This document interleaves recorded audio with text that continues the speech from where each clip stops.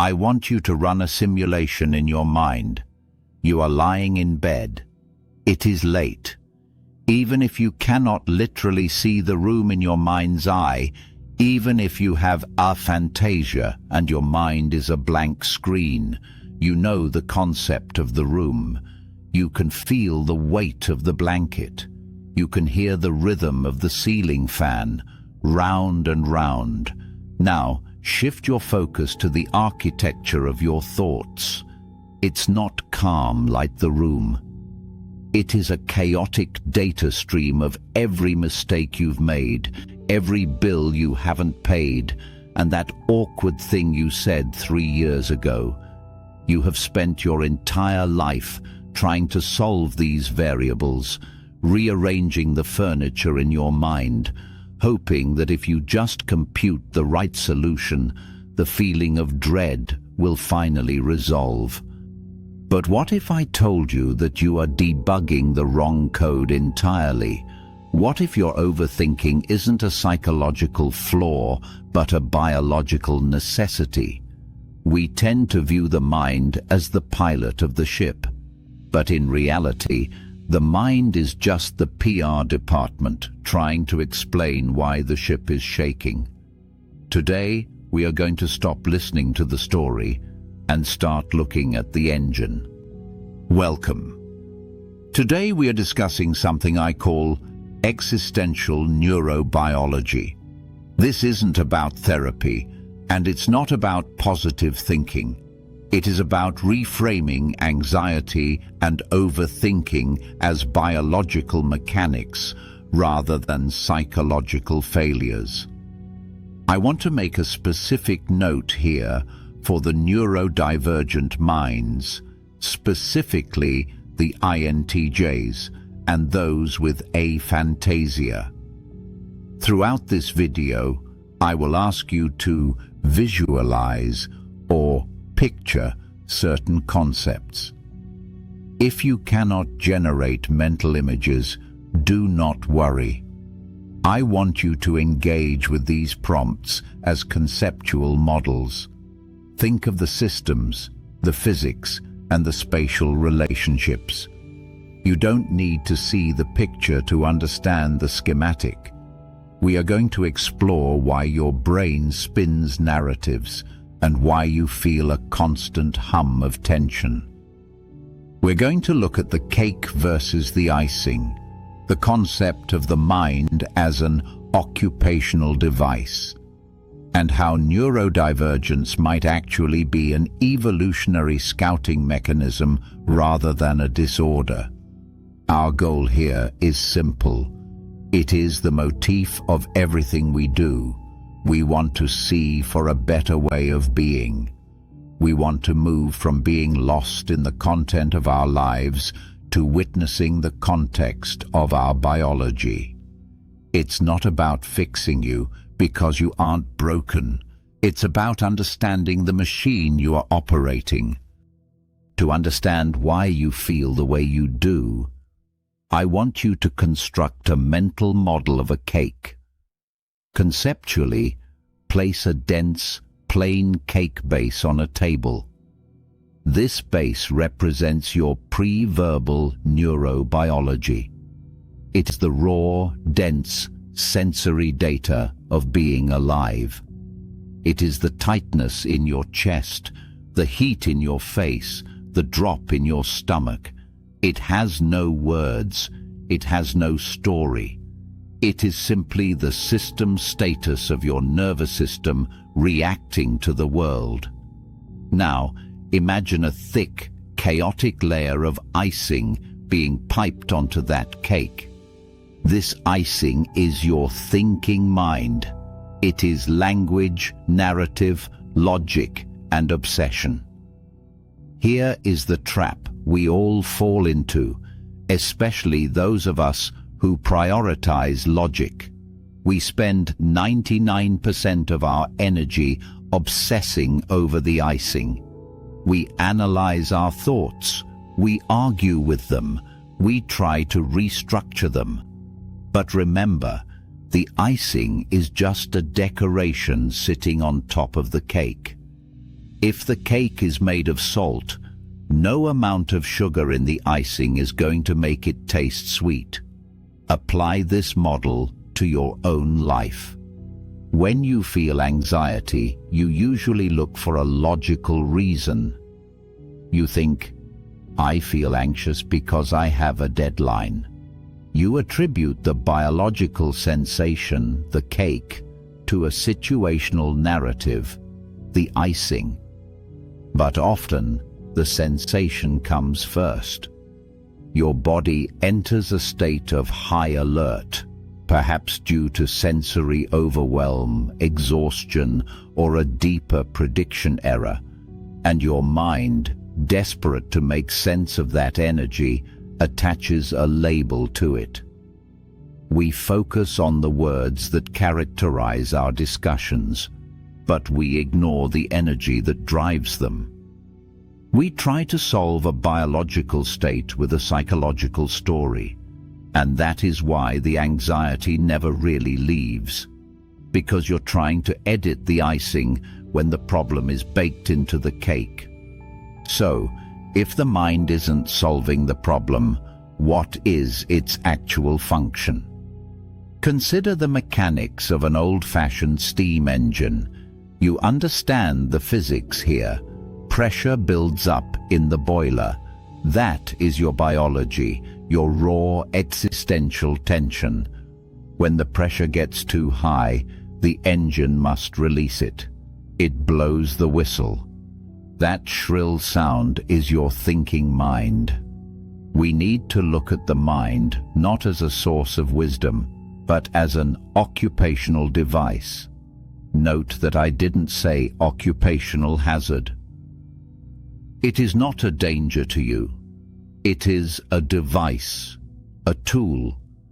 Its function in moments of high stress is effectively distraction. Think of it this way. There is primary anxiety, which is ontological. This is the raw existential tension of simply existing. It is the uncertainty of the future, the vulnerability of having a body, the sheer magnitude of processing reality. For an INTJ or a highly analytical mind, the lack of control here is overwhelming for the system. To handle this, the brain generates secondary anxiety, which is structural. This is the problem of the day. Your brain takes that massive, vague, existential terror and shrinks it down into something manageable. I am worried about that email. Why? Because you can do something about an email. You can't do anything about the crushing weight of existence. Your overthinking is a retreat into the mind. It is a delineation mechanism. By fixating on a specific problem, your mind distracts you from the raw biological tension. It keeps you occupied. It gives you a job. This is why, the moment you solve one problem, your brain immediately invents another. It needs the distraction. It needs the occupation to avoid facing the raw data of the cake. The content of the worry doesn't matter. The act of worrying is the mechanism that keeps you delineated from the raw intensity of your own nervous system. Now, where does this raw tension come from? Much of it stems from what we call prediction error. I want you to conceptualize a compass. You don't need to see the needle, just understand the directional pull. One force on this compass pulls west. This represents your innate needs, your temperament, your biological truth. West is where your body wants to go. It represents safety, authenticity, low sensory input, or perhaps that specific INTJ drive for solitude and deep work. However, there is a second force. This one pulls north. North represents society, culture, and your upbringing. It is the map you were handed that says you must go for the promotion, the crowded social calendar, the networking event, the social mask. Consider the space between these two directions, the gap between West and North. That gap represents friction. That is the prediction error. Every moment you force yourself north when your biology screams west, you substantiate this error. Your brain predicts safety in the west, but your behavior forces you north into danger or discomfort. This creates biological friction. It's not a psychological complex, it's a mechanical grinding of gears. If you are constantly masking, suppressing your natural lack of social visualization or your need for order to satisfy the societal north, your body stays in a chronic state of threat detection. Your mind then has to work overtime, spinning stories, the icing, to justify why you feel so terrible. It tells you, I'm just stressed, or I'm not working hard enough. But the truth is simpler. You are walking in the wrong direction. This brings us to a crucial reframe regarding neurodivergence. Construct a scenario of a prehistoric tribe sitting around a fire at night. Most of the tribe sits close to the warmth, eating, stable and consistent. They maintain the status quo. But now consider the perimeter. Imagine a single figure standing in the darkness, looking out into the wild. This is the scout. In the standard model, high sensitivity, ADHD or autism are often framed as deficits or disorders. But in the context of existential neurobiology, we view them as an evolutionary experiment. The neurodivergent individual is the scout. A tribe needs the majority to sit by the fire, but you also need the scouts. You need individuals with hypersensitive nervous systems who can detect a cracking twig a mile away, who can sense a shift in the wind, who process data at a higher resolution. The problem is, in our modern world, we force the scouts to sit by the fire and act like everyone else. We force them north. When a scout is forced to ignore their sensory data and conform to a low-sensitivity environment, their cake becomes overloaded. Their biological alarm bells ring constantly because they are designed for the perimeter, not the center. If you identify as neurodivergent, your anxiety might not be pathology. It might be the friction of a high-performance engine trying to run on low-octane fuel. You are picking up on signals others miss. And because society invalidates that data, your mind spins in circles trying to reconcile your reality with the world's expectations. So, what do we do with this? If we can't think our way out of this, how do we live? We need to practice delineation. We are not talking about dissociating. We are talking about a conscious retreat into the mind to witness the mechanism. We want to reach a point where we can identify the sensation and say, that is the cake, that is biological tension. And then identify the thoughts and say, and that is the icing, that is the occupational device trying to distract me. You stop trying to solve the content. You stop trying to answer the questions your anxiety asks. Instead, you witness the mechanics. Visualize or conceptualize yourself stepping back from the control panel. You acknowledge that your body wants to go west. You acknowledge the friction. You don't have to fix it immediately. It's not about being perfectly aligned.